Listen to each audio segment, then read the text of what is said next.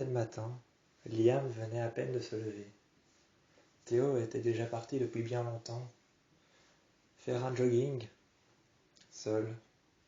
Il était parti depuis bien longtemps, tandis que c'était le matin, dans leur maison, leur nouvel endroit dans lequel ils habitaient. Il n'était plus dans le lycée qui perturbait Théo. Théo qui courait pour se vider les idées, pour se vider la tête, pour oublier et pour passer son temps. Théo qui courait le matin, seul, réfléchissait un peu à tout ce qui s'était passé dans ce lycée. Il réfléchissait à tout ce qui s'était passé dans ce lycée. Et il réfléchissait aussi à la suite. Pendant ce temps, Liam, qui lui était en cuisine, à la maison, occupé d'aiguiser les couteaux,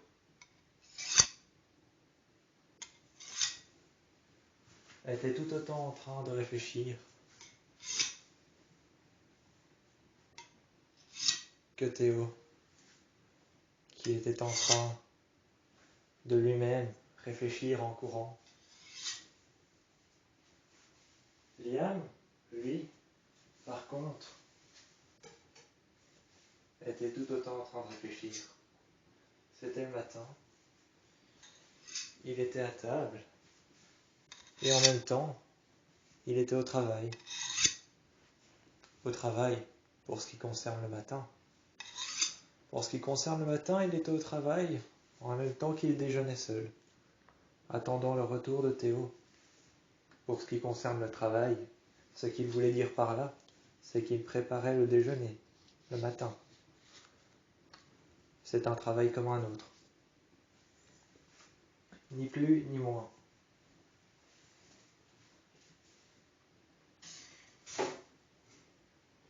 Il rangeait alors, de loin, de proche et de près, il rangeait tout autour de lui ce qu'il y avait. Avec ce qu'il y avait, il déjeunait. Il parcourait la maison en attendant Théo. Il mangeait, il s'occupait. Il était occupé à réfléchir comment sera le nouveau lycée. Comment sera le nouveau lycée. Comment seront les personnes. Comment seront les élèves. Comment seront les élèves, comment seront les personnes. Que se passera-t-il ensuite?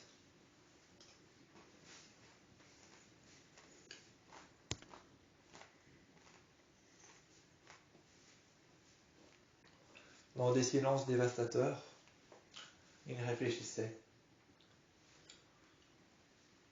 Appuyé contre, ou appuyé sur des rebords de la cuisine. La cuisine était donc entourée d'une enceinte en bois.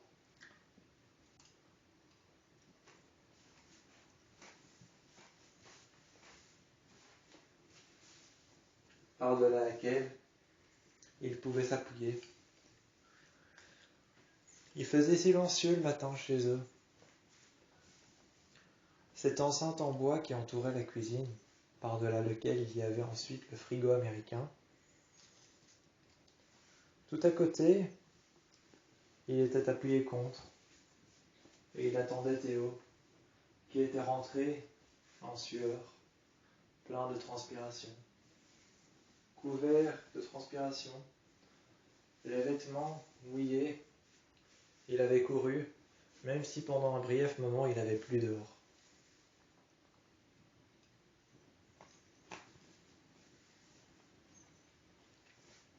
Liam, qui mangeait, ne faisait qu'attendre, et fut arrivé ensuite près de Théo, qui était arrivé lui-même aux côtés de Liam, qui lui avait dit qu'il avait couru bien longtemps et que les endroits qu'il avait croisés étaient anodins par rapport à ceux qu'il connaissait avant.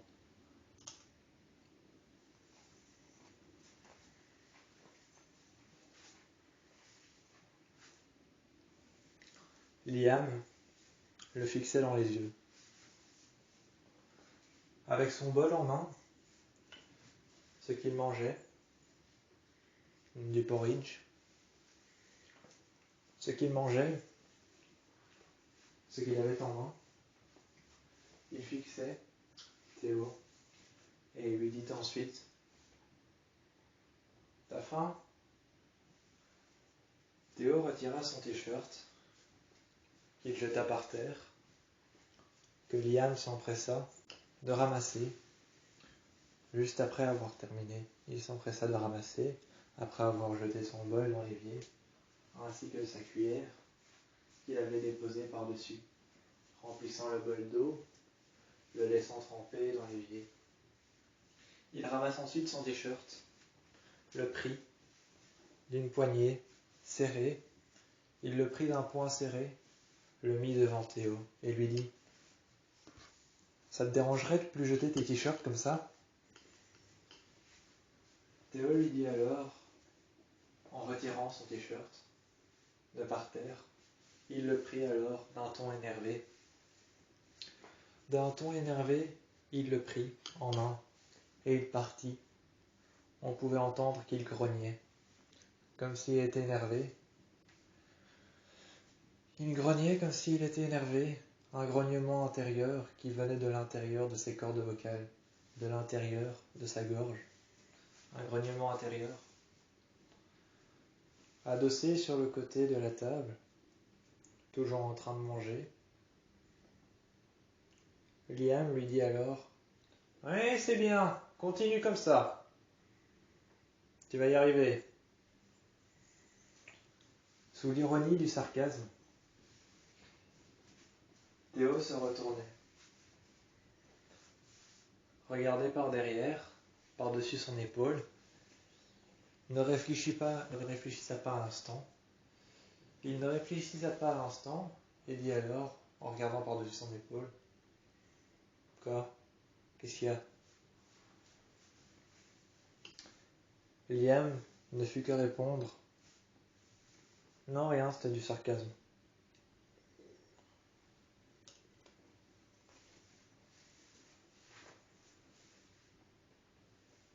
Tout au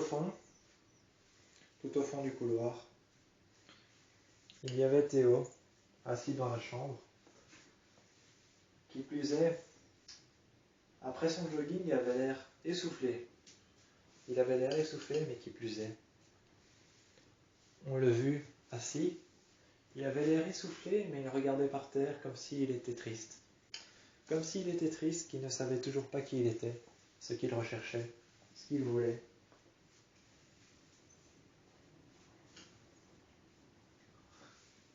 Liam a alors repris le contrôle, le dessus. Liam a alors repris le dessus sur les émotions fortes, sur le sarcasme, sur ce qui pouvait les perturber. Il a déposé les 2 couteaux sur le côté et est parti à traverser le couloir et lui a juste dit: Je te connais bien, tu sais. Dis-moi ce qui se passe. Je t'ai vu marcher, je t'ai entendu grogner, je t'ai vu dans le couloir, t'avais pas l'air rassuré.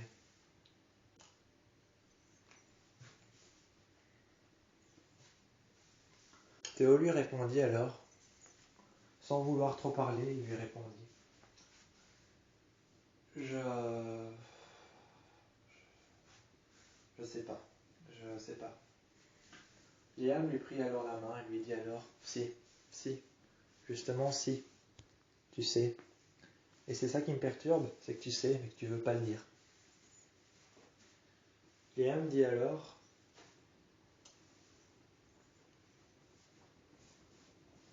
Je sais pas. C'est peut-être cet endroit. Ça te plaît pas? Mais Théo répondit. Sans répondre, il répondit quand même: Non, c'est pas cet endroit, c'est juste que je sais pas. Liam, à son tour, qui discutait avec Théo, lui dit: Mais si, tu sais. Tu sais, mais tu veux pas répondre parce que t'as peur de ma réaction. Tu veux pas répondre parce que t'as peur de ma réaction, c'est tout.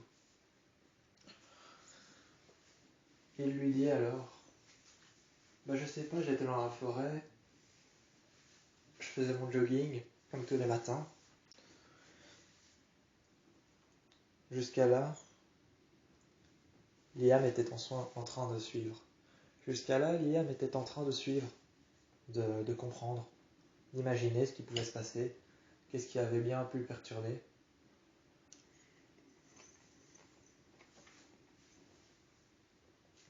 Et il lui dit, t'as fait ton jogging, t'as couru dans la forêt.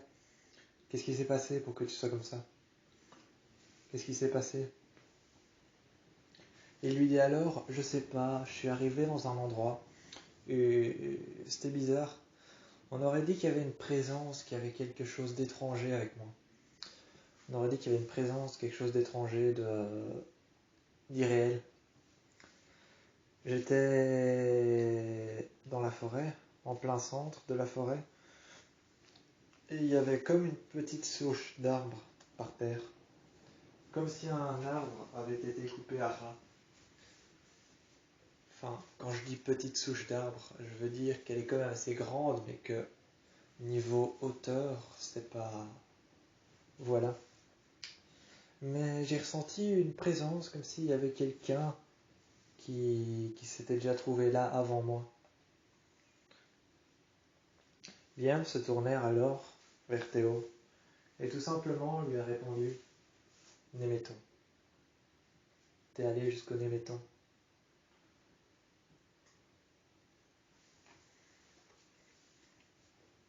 Théo l'a regardé, a regardé Liam, et lui a dit « Le Némé quoi ?»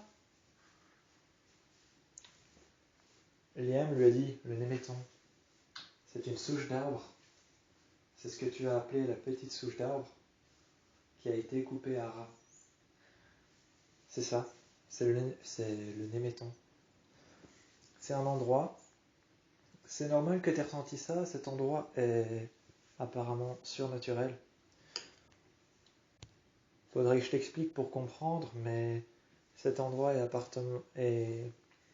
cet endroit est apparemment à l'origine de tous les faits surnaturels de cette ville.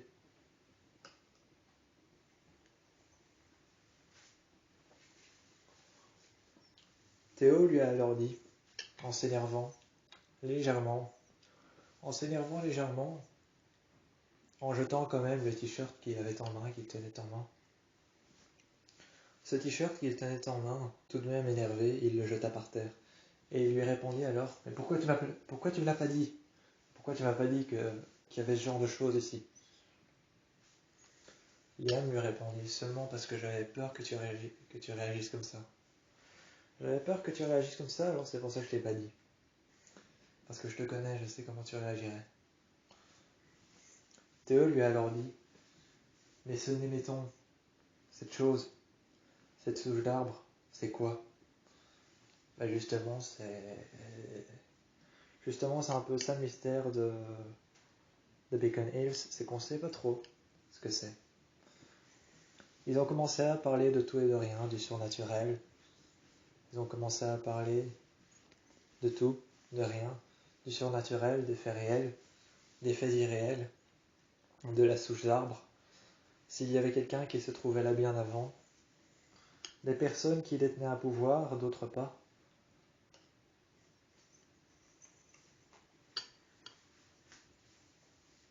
Y avait-il un lien entre tout ça, se demandait-il. Se demandait-il, il y avait un lien entre tout ça? Évidemment, Théo avait beaucoup plus de questions que Liam n'en avait. Liam avait beaucoup plus de réponses que Théo n'en avait. Mais sinon, entre deux, il y avait toujours un moyen de trouver comment se sortir de là. Entre deux, il y avait toujours un moyen pour trouver une solution.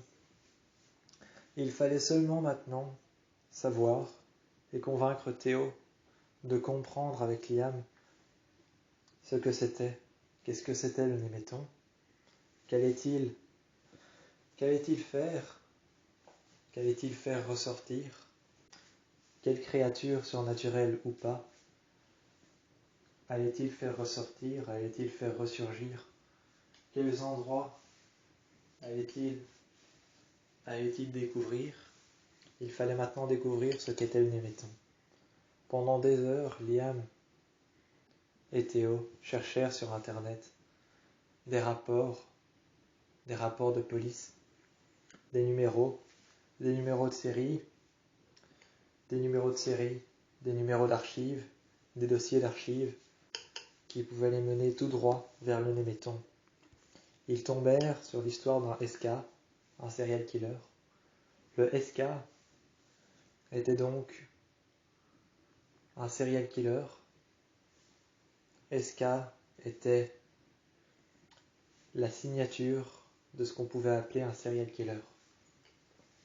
Ils tombèrent sur un serial killer des années 90, 90 à 80, des années 90 à 80, un serial killer des années 60 à 70.